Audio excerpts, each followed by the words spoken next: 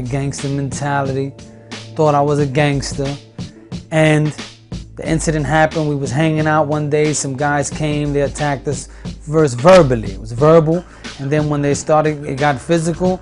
One of the individuals where the crime, the incident happened, attacked and jumped towards me. And I had a weapon on me, and that's when I pulled out and fired and shot the individual.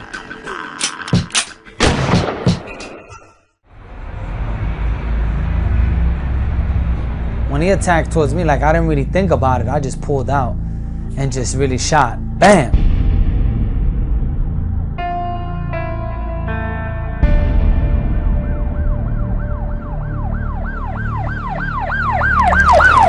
Shot twice, got up, we just ran and left.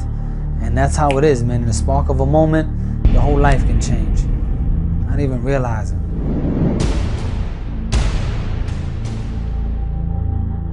I came back around the block, he had told us and was like, yo, listen, man, you know, I got into a little trouble and altercation around, you know, and I shot somebody.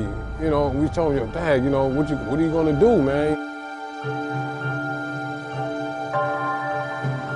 We was all like shocked, like, you know, that's not Jason, you know, he wasn't the type to, you know, go around doing that.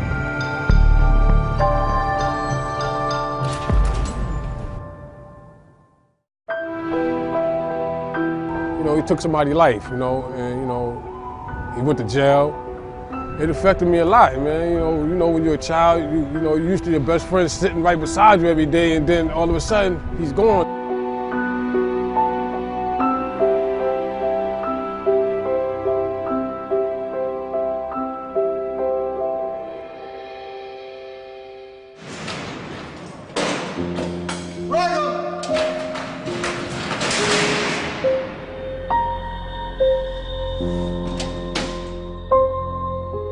You're sitting in there, they close that door, you're in that cell, 8 by 10, what, 8 by 10, 8 feet by 10, 8 by 12, whatever it is. It's small, it's like a little box with a sink, a toilet in it, and you're in there.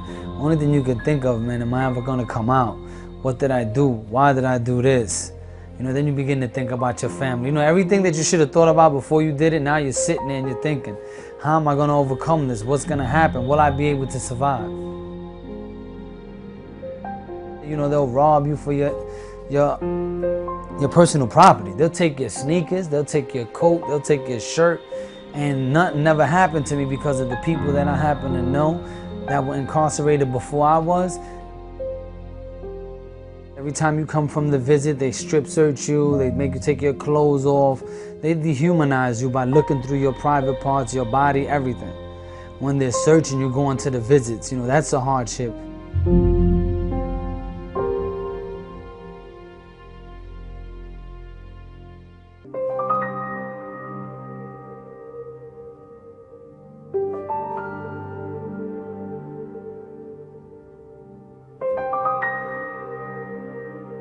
They calling your name through the loudspeaker. Oh yeah, I went down to the chaplain's office and they're telling me, yeah, I think your mother is sick.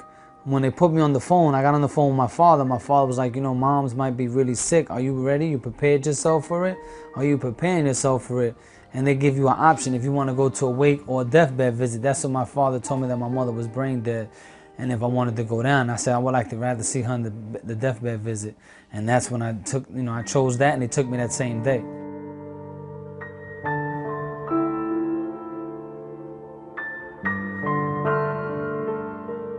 I still haven't cried about it to this day. You know, by then I was already a little bit trying to be strong and cold, even though, you know, it's all right to cry, but I didn't cry. I was just like, I was preparing myself, like, what am I gonna do if I do happen to lose my mother, or I do happen to lose my father? What am I gonna do? So psychologically, I was already preparing myself for that.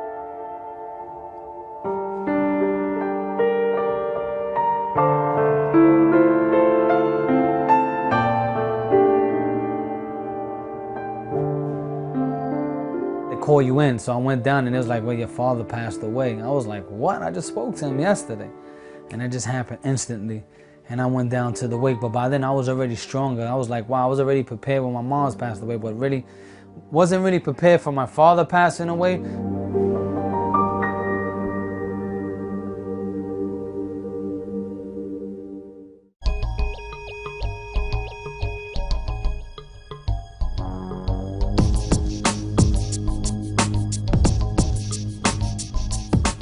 I was in incidents in 2 facilities where people were killed while I was there. One was over a t-shirt, over a shirt, and the guy stabbed him over a shirt and he died.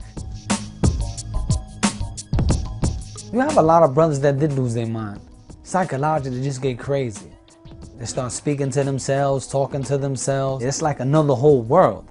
And of course you feel suffocated, you feel frustrated. There's things you want to do that you can't do. But then physically they have you, but mentally they don't.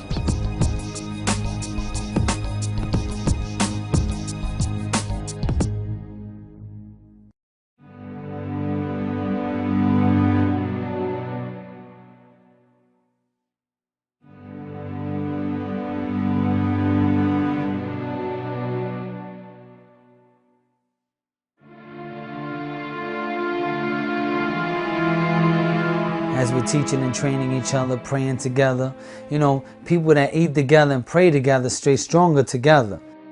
Spirituality also has a tendency of dealing with the self, dealing with self, because you can't change the condition of a people without changing the condition within yourself.